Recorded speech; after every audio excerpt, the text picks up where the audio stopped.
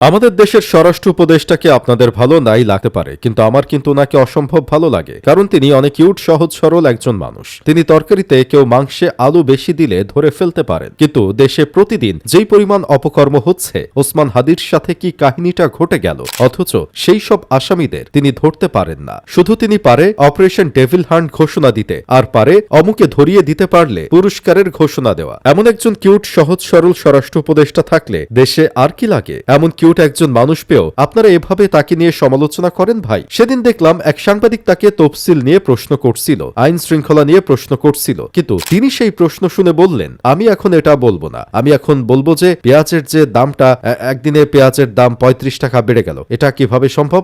এই ধরেন যে এই মোবাইলের যুগে কারো কারসাজিতে কিন্তু পেঁয়াজের দাম বেড়ে গেছে। এটা দেখার পর থেকে অনেকেই তাকে অনেক কথাই বলছে। কেউ বলছে কাকায় যেটা খাইছিল সেটার কি ডেট ওভার হয়ে গেছিল নাকি, এজন্যই বলি এক্সপায়ারি ডেট দেখে খেতে। আবার কেউ বলতেছে কাকায় কি সার্কাজম করলো নাকি। আবার কেউ কেউ বলছে গাধা দিয়েও যে দেশ চালানো সম্ভব সেটা এদের না দেখলে বুঝতে পারতাম না। তবে তার এই বিষয়টা দেখে আমার বাংলাদেশের কন্টেন্ট ক্রিয়েটরের কথা মনে পড়ছে। আপনারা তো হিউম্যার ট্যাবলেটের তুর্যকে চিনেন, তাই না? এই ছেলের ভিডিওতে কখন কি বলতেছে, পরের সিনে সে কি বলবে কেউ বলতে পারবে না, এমনকি তিনি নিজেও বলতে পারবে না। তার মতো হচ্ছে আমাদের স্বরাষ্ট্র উপদেষ্টা, কোন প্রশ্নে কোন কথা বলতেছে তিনি নিজেও জানেন না। এসব দেখে আমার বন্ধু ভণ্ড মাহি বলতেছে, আমরা যেমন পরীক্ষায় প্রশ্ন কমন না পাইলে হুদাই আন্দাজে উত্তর দিয়ে আসি, তেমনি আমাদের স্বরাষ্ট্র উপদেষ্টার কাছে সাংবাদিকদের প্রশ্নের জবাব নাই, তাই উনি এই ধরনের এক উত্তর দিয়ে চলে আসছে। আমাদের দেশের বিটিভি যেমন দেশের পরিস্থিতি যেমনই হোক না কেন ওখানে সঠিক টাইমে নৃত্য, গান, বাজনা, রণ বাজাবাজি ঠিকই হয়, তেমন দেশের পরিস্থিতি যেমনই হোক না কেন আমাদের স্বরাষ্ট্র উপদেষ্টা পড়ে থাকেন তরকারির আলু নিয়ে, পেঁয়াজের দাম নিয়ে। আবার তিনি পড়ে থাকেন পুলিশের বিয়ের যৌতুক নিয়ে, আপনি প্যান্ট কেন ঢিলা পরেছেন, শীতে কেন মাফলার পরেন নাই সেটা নিয়ে। এই পরিমাণ স্বাস্থ্য সচেতন অলরাউন্ডার একজন মানুষকে আমাদের দেশের মানুষ